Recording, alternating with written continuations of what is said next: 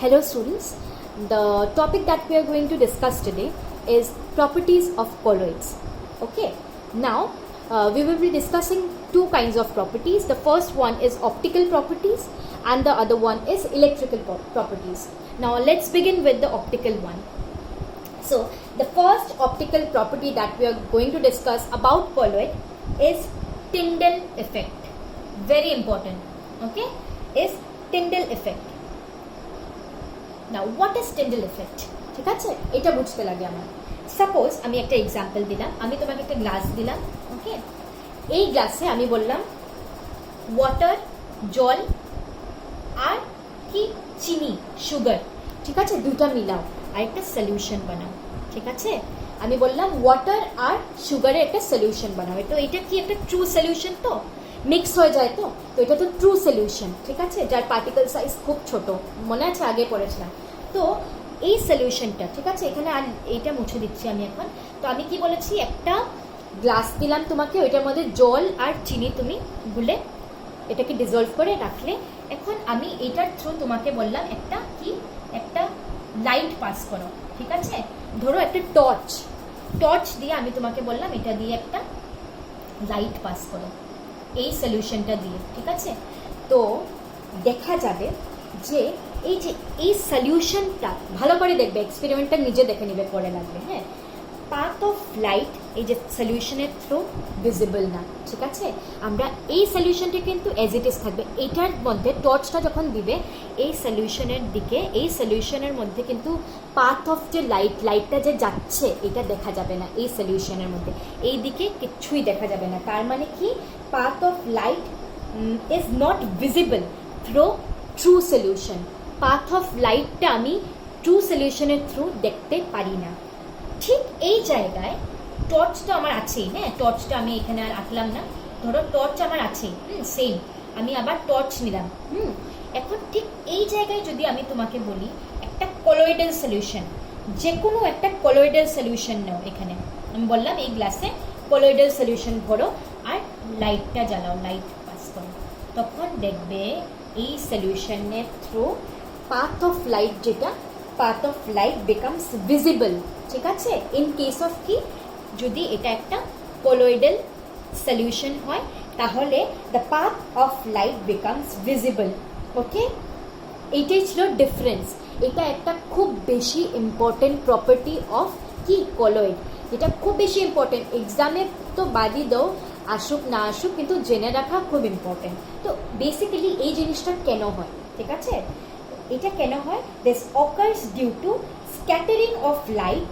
কেন হয়, এই যে কলোয়েডেড পার্টিকেলসগুলো, ঠিক আছে, স্ক্যাটার করে, এই লাইট যে আসে ওইটাকে স্ক্যাটার করে, যার জন্য এই পাথটা ভিজিবল হয়। তো টিন্ডেল ইফেক্টের ডেফিনেশন যদি কেউ জিজ্ঞেস করে, ঠিক আছে, তো স্ক্যাটারিং অফ লাইট কি, scattering of light, okay, by colloidal particles. এই যে লাইটটা যে এসছিল কোথায়, এই যে কলোয়েডাল সলিউশনে, এই লাইটটাকে স্ক্যাটার করেছে কারা, এই যে সলিউশনে যেই কলোয়েডাল পার্টিকেলসগুলি আছে এরা। Scattering of light by colloidal particles and making the path of light and making the path of light visible through the dispersion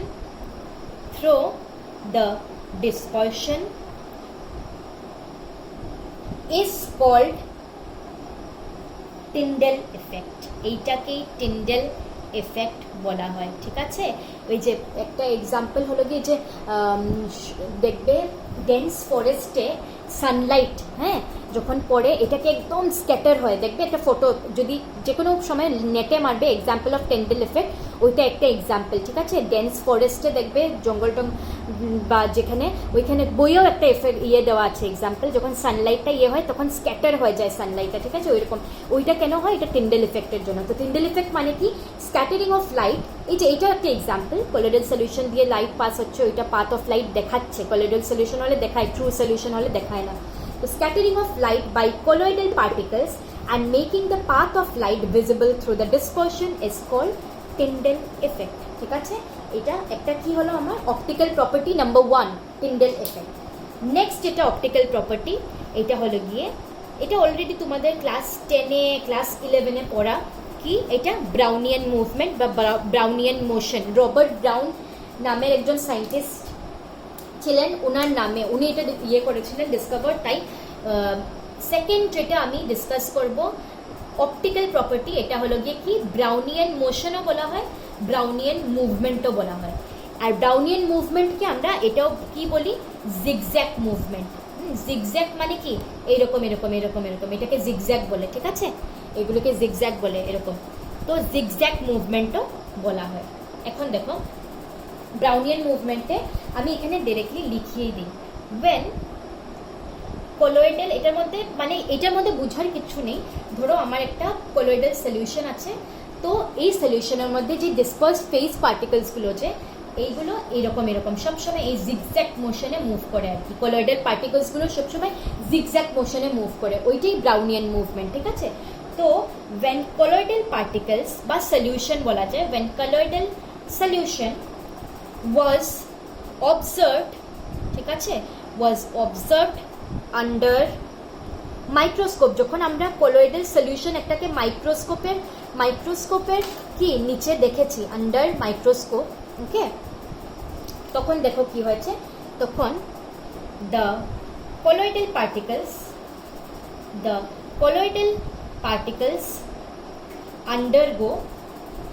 undergo ceaseless,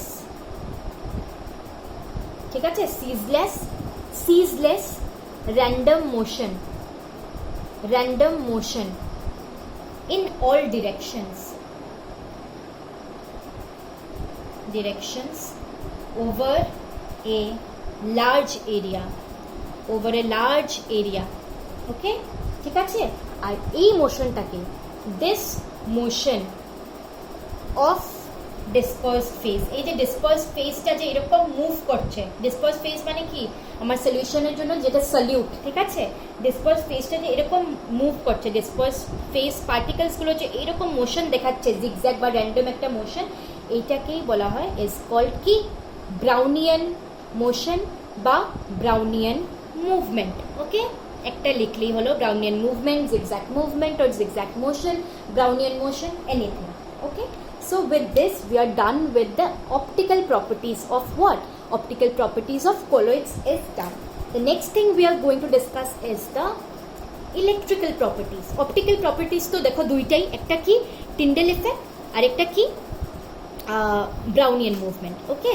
optical properties আমার হয়ে গেছে, এখন আমি আসবো ইলেকট্রিক্যাল প্রপার্টিজে, ঠিক আছে। এখান থেকে অনেক কোয়েশ্চেন আসে কিন্তু ইলেকট্রিক্যাল প্রপার্টিজে।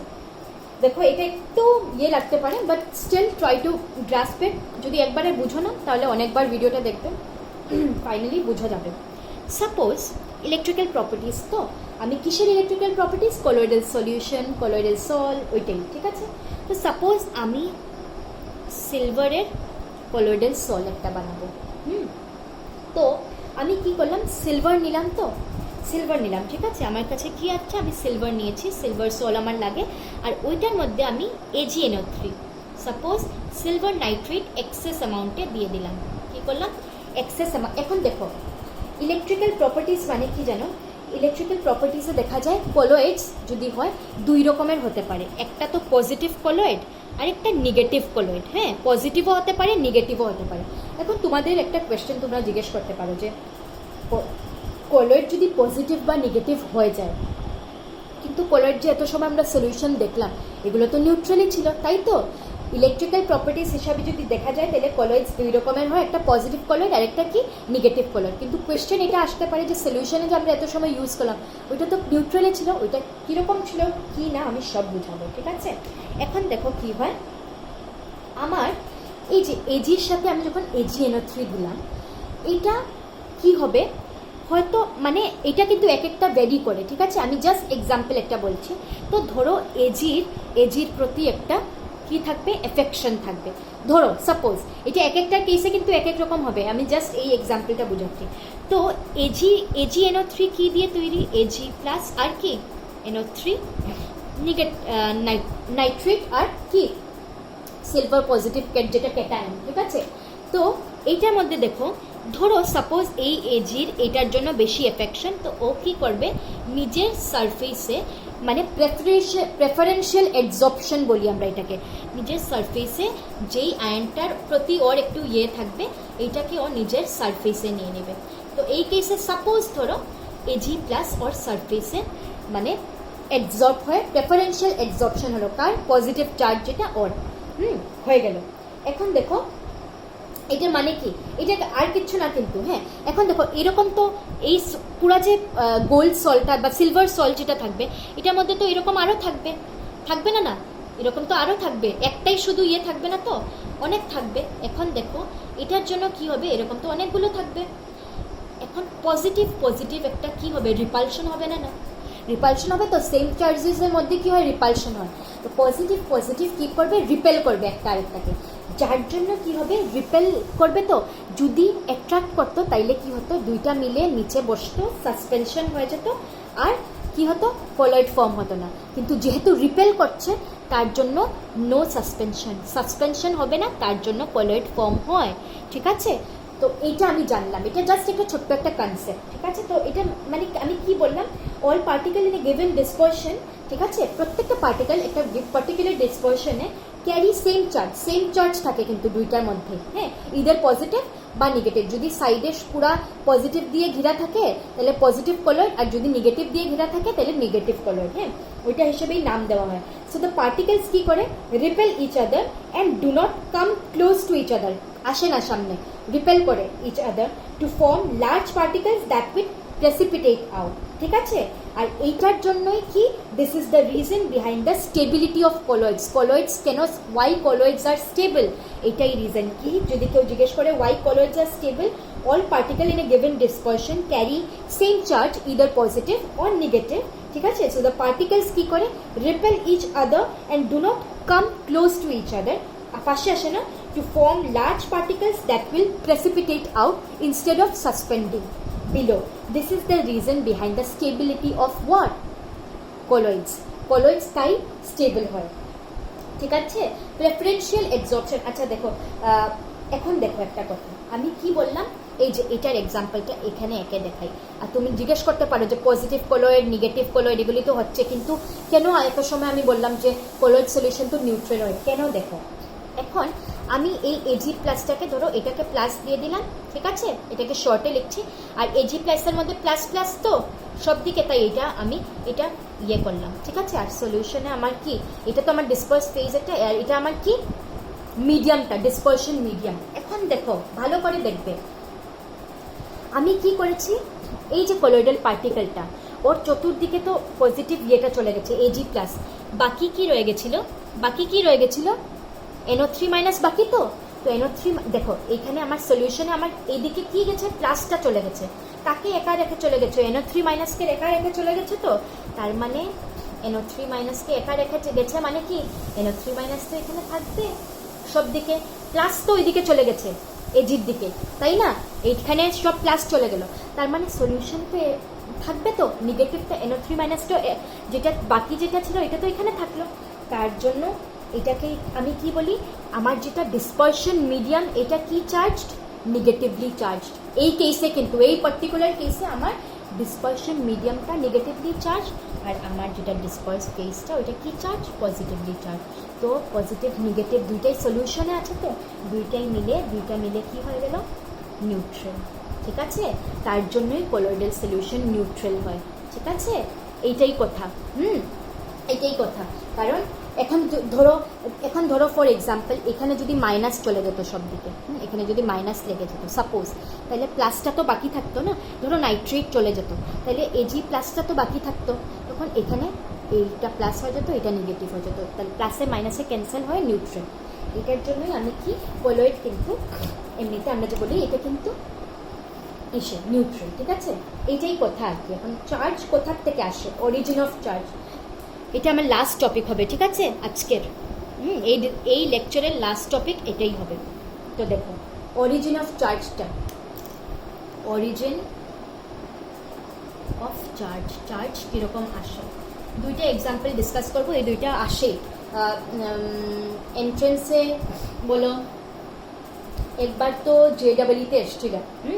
তো দেখো দ্য এখন আমি কি বলবো তোমাকে, the colloidal solutions contain electrolytes although in minute amounts. দেখো একটা কলোয়েডাল সলিউশনে ইলেকট্রোলাইট থাকে, কম হলেও থাকে, ঠিক আছে। তো ধরো আমি AgNO3 নিলাম, ভালো করে দেখবে, সিলভার নাইট্রেট নিলাম, ঠিক আছে, আর সোডিয়াম আয়োডাইড এক্সেস অ্যামাউন্টে নিলাম। কোনটা এক্সেস নিয়েছি? NaI এক্সেস নিয়েছি। দেখো এটার মধ্যে কনফিউজ হবে না, দেখে নিবে ভালো করে কোনটা এক্সেসে নেওয়া কোনটা ই। তো এটা আমার পজিটিভ, এটা নেগেটিভ, তাই তো, এটা পজিটিভ এটা নেগেটিভ, এমনি লিখলাম, কিন্তু এটা এমনিতে লিখতে লাগবে না, আমি জাস্ট বোঝানোর জন্য। তো দেখো আমার এখানে Ag আর I করবে, ঠিক আছে, Ag আর I মিলে একটা সল বানাবে, কি কলোয়েডাল সল, ঠিক আছে, এই Ag আর I মিলে। এখন দেখো এই কেসে দেখা যায় যে I নেগেটিভটা ও প্রেফারেন্সিয়াল অ্যাবজর্পশন AgI-র মধ্যে I নেগেটিভের হয়, মানে এটা একটা নেগেটিভ কলোয়েড ফর্ম হলো, ঠিক আছে। আর দূরে দূরে তাইলে কি থাকবে, এদিকে Na পজিটিভগুলি এখানে এখানে থাকবে, ঠিক আছে, আশেপাশে দূরে। তার জন্য অ্যাজ এ হোল জিনিসটা নিউট্রাল, কিন্তু অ্যাবজর্পশন যেটা হয় এই কলোয়েডের সারফেসে, এই অ্যাবজর্পশনটা কিসের হয়? I নেগেটিভের, ঠিক আছে। আর Na পজিটিভ যেটা ওর সাথে ওইটা এখানে এখানে, এটা তো ছুটে থাকবে না, তো এটা আশেপাশে থাকলো, যেটা ওভারঅল এটাকে নিউট্রাল বানাবে, ঠিক আছে। তো এই কেসে কি হলো, the particles of AgI carry negative charge, কিসের জন্য? নেগেটিভ আয়োডাইডের জন্য, due to preferential absorption of I negative ions on their surface. Clear? এটা হলো। এখন দেখো সাপোজ একদম সিমিলার, কিন্তু কিন্তু ডিফারেন্স ভালো করে দেখে নিবে। NaI নিলাম, আর AgNO3 এক্সেস নিলাম। এবার আমি কি করলাম? AgNO3 এক্সেস নিলাম, ওকে। তো দেখো কি হলো, এখন আমার এটা তো প্লাস, এটা মাইনাস, এটা প্লাস মাইনাস, তাই তো। এখন আমার AgI এরই সল তৈরি হলো, কিন্তু AgI এরই কলোয়েড ফর্ম হলো এই ক্ষেত্রে, কিন্তু আমার সারফেসে, এটার সারফেসে এখন কিন্তু Ag প্লাস থাকবে। কেন থাকবে এটা আমি বুঝাবো। দেখো এক্সেস যেটা নিয়েছো তার ক্যাটায়নটা এখানে, এটা মনে রাখবে। এখানে এক্সেস নিয়েছিলে তো, ও তো এখানে নেগেটিভটা নিজের সারফেসে রাখবে, তার জন্য এইটা যেটা এক্সেস নিয়েছো তার নেগেটিভ যেটা চার্জ NiN, এটা বডিতে, ঠিক আছে। তো AgI এর ক্ষেত্রে, এই ক্ষেত্রে কি হচ্ছে, the particles of AgI carry positive charge due to preferential absorption of Ag plus ions on their surface, ঠিক আছে। আর Ag প্লাস গেল, তার মানে নাইট্রেট তো থাকবে, তাই না, দূরে দূরে দূরে নাইট্রেট থাকবে, তো ঠিক আছে, নাইট্রেট এদিকে ওদিকে দিক থাকবে, equal amount of, equal number of nitrate আর হবে আর কি Ag, ঠিক আছে। তো এইটাই হলো কি, এটা খুব, এই দুইটা মানে এক্সাম্পল খুব বেশি ইম্পর্টেন্ট। যখন সোডিয়াম আয়োডাইড এক্সেস থাকে তখন কি হয়, আর যখন সিলভার নাইট্রেট এক্সেস নেই তখন কি হয়, এটা খুব বেশি অনেকবার এসছে, ঠিক আছে।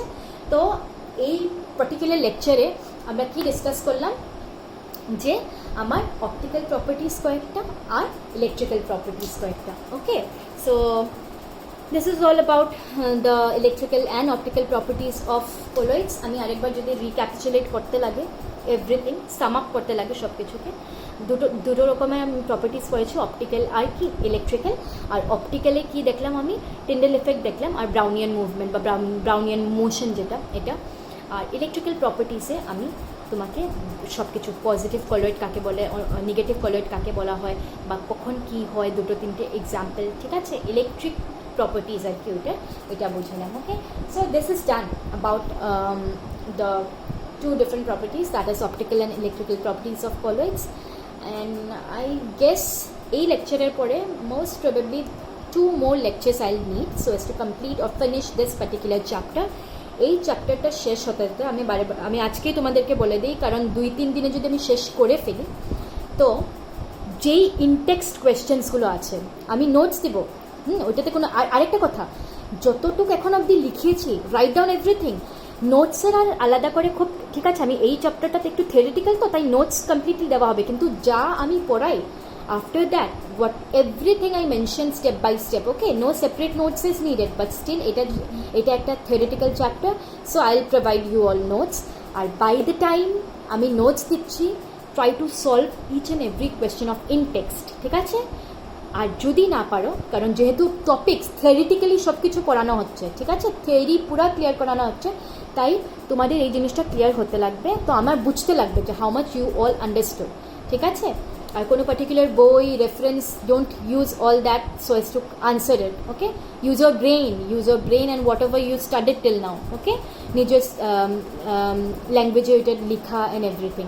I check the answers individually, আমাকে সবাই পাঠাবে, সবাই তো পাঠাও না, যারা যারা পাঠাও এতটুকু পাঠাবে, আর বাকিদেরকেও আমি কাইন্ডলি রিকোয়েস্ট করছি যে ভিডিওগুলো দেখো, ঠিক আছে? ভিডিওগুলো দেখো, নিজে বুঝো, না বুঝলে জিজ্ঞেস করে, বাট এটলিস্ট পড়াশোনা করো, okay? So thank you all.